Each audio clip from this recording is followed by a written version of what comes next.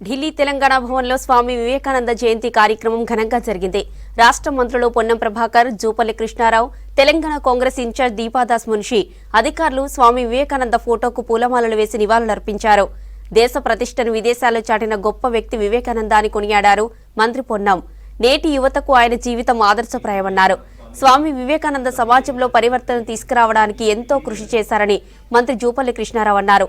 కేంద్ర రాష్ట్ర ప్రభుత్వాలు వివేకానందుడి జీవితాన్ని పాఠ్యపుస్తకాల్లో పొందుపరచాలని చెప్పారు. నేషనల్ యూత్ డేగా స్వామి వివేకానంద జయంతిని జరుపుకోవడం సంతోషంగా ఉందన్నారు దీపాదాస్ మున్షి. యువత ఆయన చూపిన బాటలో నడవాలని చెప్పారు. వెస్ట్ బెంగాల్ నుంచి చికాగో వెళ్లి అక్కడి వారికి కూడా దేశ ఔన్నత్యాన్ని వివేకానంద చాటి చెప్పారని వివరించారు.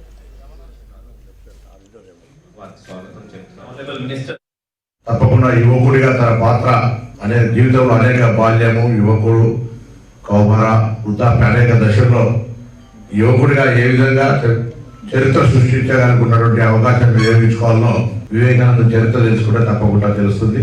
ఎప్పుడు కూడా ఎవరి దగ్గర ఎంత జ్ఞాన సంపద ఉంది, ఎంత శక్తి ఉంది అనేటువంటిది తెలియదు. కానీ వివేకానందుడు గారు చికాగోలో వారు ఉద్వేగపూరితమైనటువంటి ప్రసంగ విజయాలు కూడా ప్రపంచం అంతా జ్ఞాపకం చేసుకుంటుంది.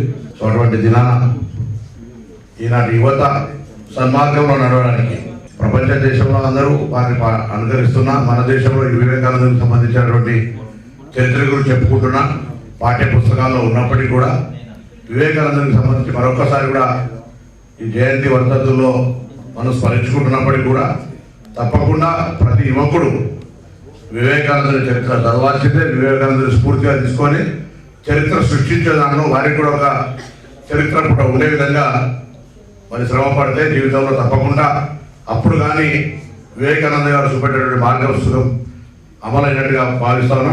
భారతదేశం యొక్క ఔన్నత్యాన్ని చాటినటువంటి ఒక గొప్ప వ్యక్తి, భారత చరిత్రలోనే ప్రథమ వ్యక్తి, అత్యంత ముఖ్యమైన వ్యక్తి, ప్రభావశీలి, యావత్ సమాజాన్ని ప్రపంచంలోనే ఒక పరివర్తనకు తీసుకురావడం కోసం ముఖ్యంగా యువతకు సంబంధించి కూడా ఈనాడు ఉన్నటువంటి సామాజిక పరిస్థితుల్లో ప్రతి వ్యక్తి కూడా వివేకానంద చరిత్ర చదవాల్సిన అవసరం ఉంది.